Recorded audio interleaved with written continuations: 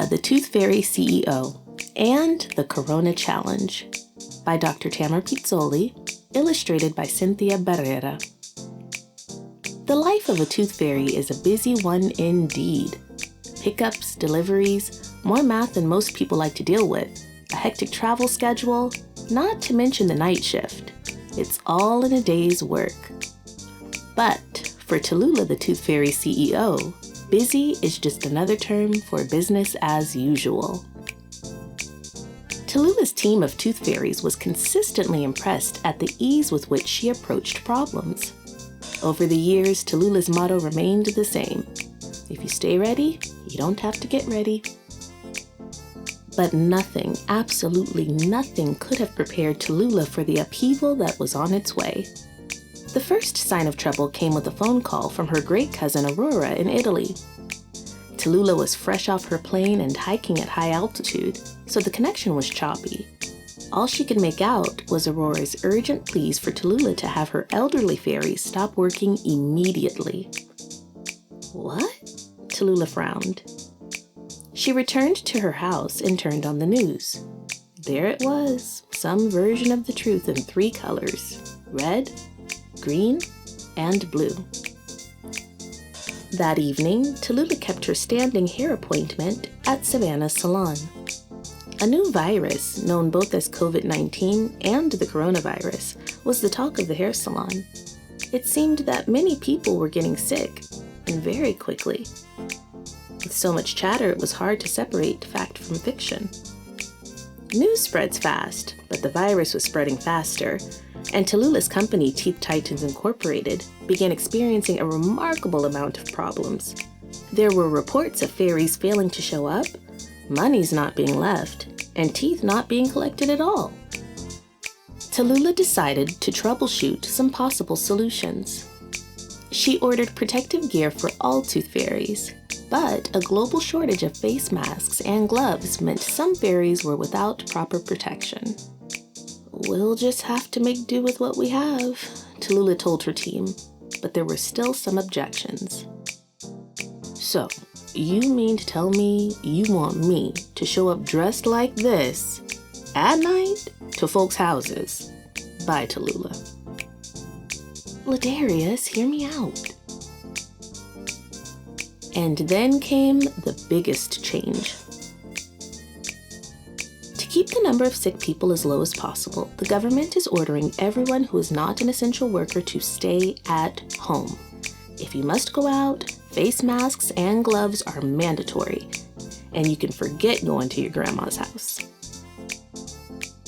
It seemed like the entire country shut down overnight, and while Tallulah believed tooth fairies were essential workers, not everyone agreed.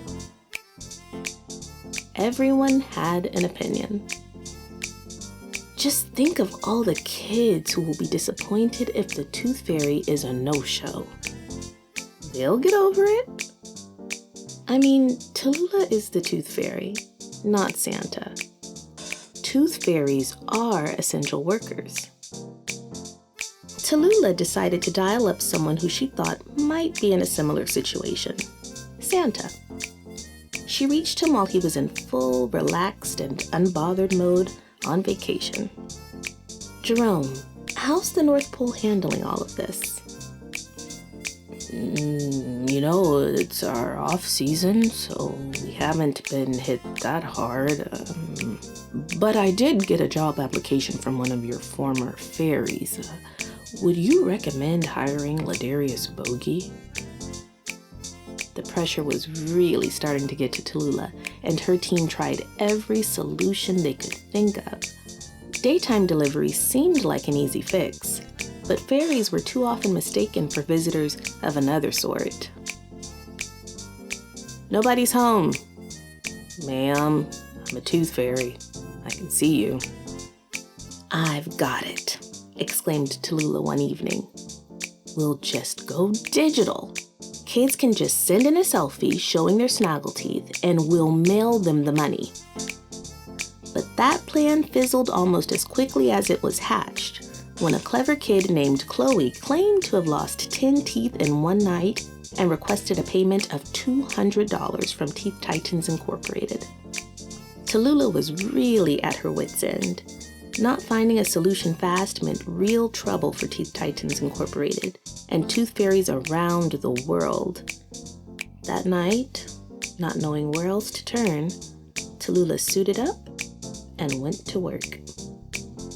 Up first on Tallulah's schedule was a double-decker delivery.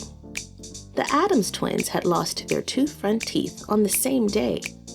This pickup and drop-off required the smoothness and skill of a seasoned tooth fairy. Everything was going as planned until Tallulah felt around for the first twin's teeth and found nothing.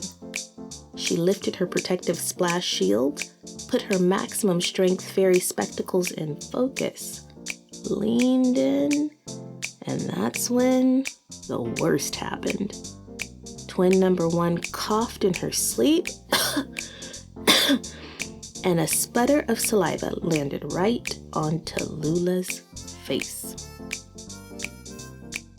Faster than you can say fairy, Tallulah was out of that house in her car and on her way home.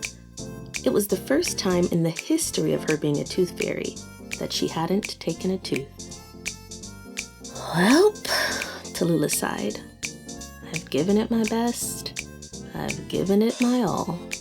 Maybe it's just time to give it up for a while. The next morning, while sipping her sugarless tea, Tallulah listened to the first of many emails. Dear Tallulah, I'm Penelope Addams, mother of the twins you dropped in on last night. I noticed their teeth weren't taken and no money was left, but no worries, I've got you covered. I wanted to ask if you've ever considered partnering with parents, grandparents, and legal guardians. I know with all of these big changes going on, it's a little tough on everyone, but if we all work together, we'll get through this just fine. Take care. Tallulah smiled and sipped. And just like that, Tallulah the Tooth Fairy CEO was back in business and back to work. Copyright 2020 by Dr. Tamara Pizzoli.